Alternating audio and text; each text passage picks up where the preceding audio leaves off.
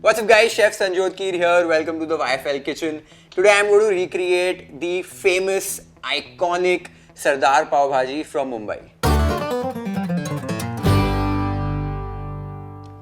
So a huge part of the content creation job I do is to recreate a lot of recipes. Today I am recreating a very famous Pav Bhaji recipe from Mumbai. Now there are a lot of iconic places who sell Pav Bhaji in Mumbai.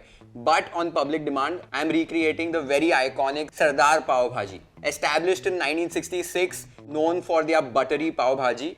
You have to sometimes queue up for half an hour to just get your Pav Bhaji. They have a unique way to prepare it. I have tasted it before, but not recently. So to reactivate and to recreate this recipe, I am going to call for some Sardar Pav Bhaji from Zomato. So I've got my Sardar Pav Bhaji over here. I'm going to just remove all the contents. So I've unboxed the Sardar Pav Bhaji. Package had some onions, some lemon wedges, some maska pav with full of butter and the bhaji. Now I'm going to open the lid for you guys. Wow, this looks beautiful, but this looks very buttery. Visually, the first thing what you see and also smell is a lot of butter. There's a thick layer of butter on top of this bhaji. The butter is floating. You can literally swim in it. Now I'm mixing the bhaji and I can definitely tell you this looks very different to a lot of bhajis I have had or cooked before. This is not at all to the red or orangish color which we are usually used to see, but this is towards the brownish side, which is very unusual for me for a pav bhaji because I myself love that red color for a pav bhaji. Now I'm going to just taste the bhaji by itself first. So this is quite delicious, but I can surely tell you that this is not for the weak-hearted people. This pav bhaji is for someone who loves buttery food. The butter actually overpowers a lot of flavors of the bhaji. So the butter is the first thing. The second thing what comes to my mind is the garam masala. Usually pav bhaji does not have a lot of garam masala flavor into it, but this one surely has. And the garam masala also adds up to the heat, which comes out sort of a little late when you eat this bhaji. This pav bhaji is not very spicy. This pav bhaji tastes a little different from a lot of pav bhajis I've tasted before. The pav bhaji is not really saucy. There have been vegetables which have not been mashed, so there's some texture to this bhaji. So this is towards the semi-thick type. So I like the consistency of it. So now that I have tasted the Sardar Pav Bhaji and the flavors are really fresh in my mind, so this is my first trial of recreating the Sardar Pav Bhaji in the YFL kitchen. I have everything ready, so let's gear up and try to recreate the Sardar Pav Bhaji. So I am all geared up now. I have all my ingredients ready. I sort of know the process as well to build this particular Pav Bhaji. Now to just start off with, let me deconstruct Pav Bhaji in itself for you. Now Pav Bhaji consists of different components. First is the cooking medium, which is oil or a lot of butter. Second, there are a lot of veggies which constitutes of onions, tomatoes, potatoes, green peas, capsicum, cauliflower, etc, etc. And then come our spices, which is usually turmeric powder, coriander powder, cumin powder, pav bhaji masala, maybe some garam masala, red chili powder. Now with Sardar Pav Bhaji, there are a few ingredients which they opt out and few newer ingredients which are unique to this particular Pav Bhaji. So those ingredients I'll talk about during the process. Right now, to start off with, there is a garlic chutney, lasun ki chutney, what goes into the Sardar Pav Bhaji. First off, I'm adding the garlic, the soaked Kashmiri red chilies. Now I'm going to add in some water. Now I'm going to grind this together to make a very thin paste. Now our paste is ready. Let's just check it. Okay, the color is beautiful. Garlic paste, garlic chutney is ready and the color is perfect. It's perfectly watery. Now the next part is to build our pav bhaji on a tawa. Now one unique part about Sardar Pav Bhaji is that they cook their pav bhaji on coal fire, on a sigdi and not on a gas stove, which is very unique to them. Now since we are in the YFL kitchen and I like to recreate recipes as close as to the OG, that is why I have got ourselves sorted and I am also going to cook the pav bhaji on coal fire on a sigdi. So let's do that now. So our Sardar Pav Bhaji style setup with the sigdi, coal fire and tawa is ready. Now I'm going to build the pav bhaji. Now first thing what goes into the pav bhaji is butter. Now one rule to make Sardar Pav Bhaji, don't shy away with the butter. We have seen that while tasting the pav bhaji, they use a lot of butter. So first goes in the butter. Now I'm adding about 3 to 4 chopped onions and I am adding about 2 teaspoons of jeera. This is whole jeera I am using, and I am going to roast this until the onions turn golden brown in color.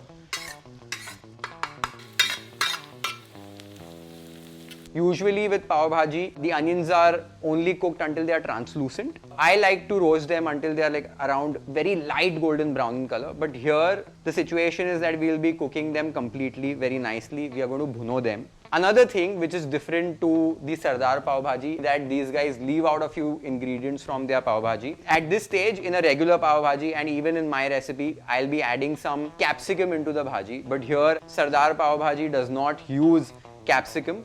And also they don't use another vegetable, which is boiled cauliflower, gobi. So I'm leaving out those 2 vegetables from here. So I'm going to further cook this until this is brown, and then we'll be continuing the next process. The temperature of the tawa has gone down. I'm just trying to bring the temperature up. The situation is a little different over here. Okay, I believe there's some fire. So I love to cook with coal fire, but I usually do it on the outdoor deck. I am first time cooking with the sigdi inside the kitchen, and yeah, I think we are good to go.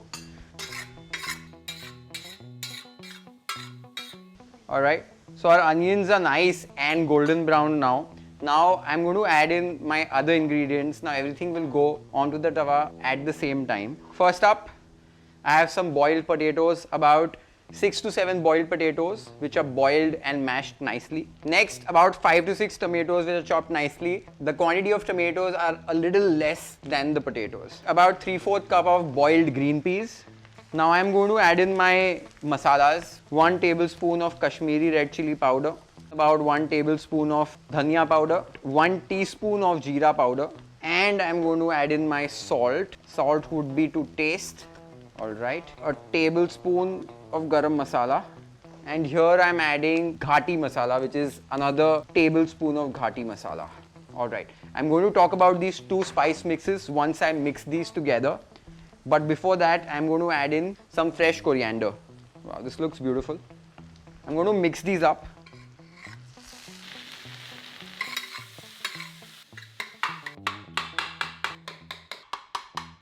Now what I have done is I have just used my spatula to chop everything together, and I have mixed all the veggies together. Now about the 2 spice mixes. Usually a pav bhaji masala is added to pav bhaji. Here at Sardar Pav Bhaji, these guys don't use a pav bhaji masala.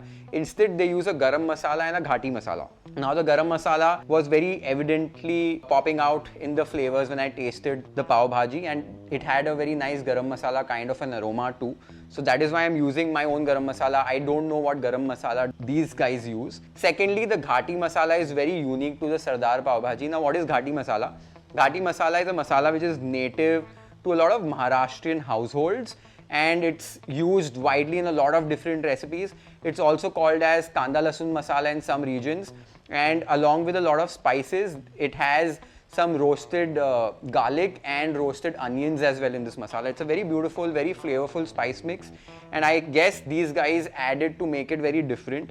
I again don't know exactly which ghati masala do Sardar Pav Bhaji people use, but I am using a ready-made version today. Let's see how close we come to the Sardar Pav Bhaji.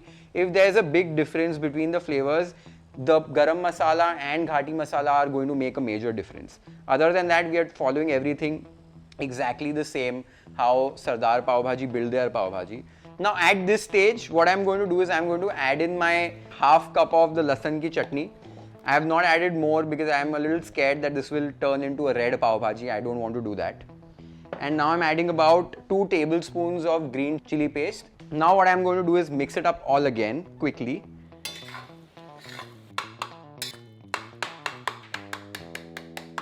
Now everything's mixed really well. Now the next thing, we have to bring everything together. So for that I'm going to add in a little bit of water. So I'm adding about a cup of water, which is hot water, and I'm going to use pav bhaji or a potato masher to mash the bhaji. Now this step is really important to make any kind of pav bhaji at home, because this is what will give it that texture, this will bring it together, it will taste very street like. Also the amount of water you add and the time and effort you put in to blend and mash this pav bhaji together is also going to determine the final consistency of the bhaji. So for Sardar Pav Bhaji, we are not going to make it very watery, and also we have to keep in mind that I don't have to mash all the vegetables completely. I'm not going to make it saucy. So I have to keep it a little thick, keep it a little texturous where I have a bite of few of these veggies left into our bhaji and it does not turn into a sauce. So I'm really happy with the texture right now. I'm not going to add in more water. I have that little bit of vegetable chunkiness. The thickness is perfect. Now I'm going to taste this for the first time to adjust my seasoning, my spices and everything.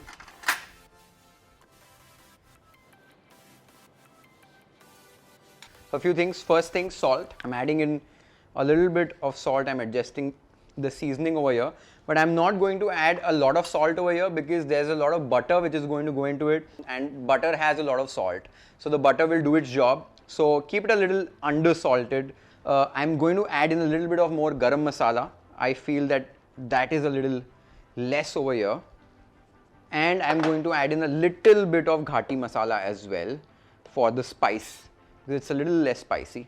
The color, I don't think so, it needs to be a little more red, and the garlic is perfect, so I'm not adding the garlic chutney.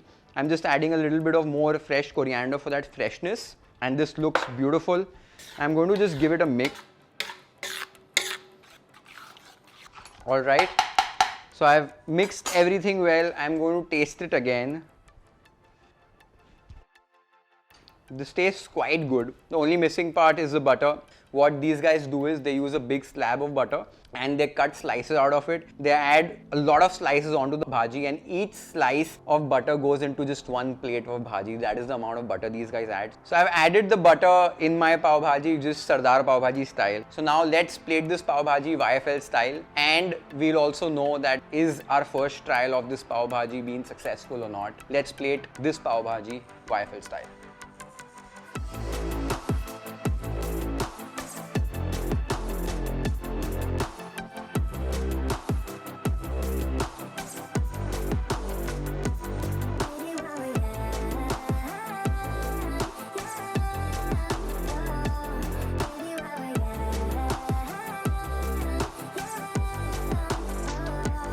So now is the moment of truth. Our version of the Sardar Pav Bhaji is ready and has been plated. Now I'm going to taste both the Pav Bhajis. I'm first going to taste mine and then I'll taste the Sardar Pav Bhaji.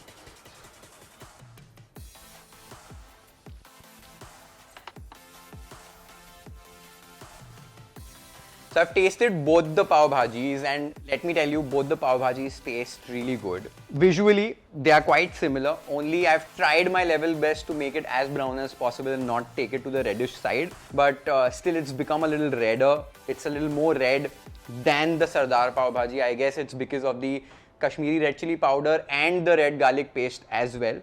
So that might be a difference. Texture wise, the texture is perfect. It's as thick as the Sardar pav bhaji. There's still a bite to the veggies left. It's not turned into a sauce, so I'm really happy about that. Still, when I eat the Sardar Pav Bhaji, the first thing what hits you is the butter. There's a lot more butter in the Sardar Pav Bhaji than my version. The ghati masala makes a really big difference. I've never added ghati masala into a pav bhaji. This is my first time, and it changes the whole flavor completely. So that was a new one for me. And the ghati masala which Sardar Pav Bhaji uses, I don't know what masala they are using, but that could be that 19-20 wala farak in my Pav Bhaji and Sardar Pav Bhaji. So I'm really happy with today's trial. This was my first trial to recreate the Sardar Pav Bhaji in my kitchen, and I'm really happy with it. It is a really unusual pav bhaji recipe, a very different one, and it's completely different to the version I cook, but I really enjoyed recreating this recipe in front of you guys. So if you enjoyed this process, let me know in the comments, and also let me know in the comments if you want me to recreate another recipe for you guys and what that recipe should be. Do try this recipe at your home. Have an incredible time. Cheers.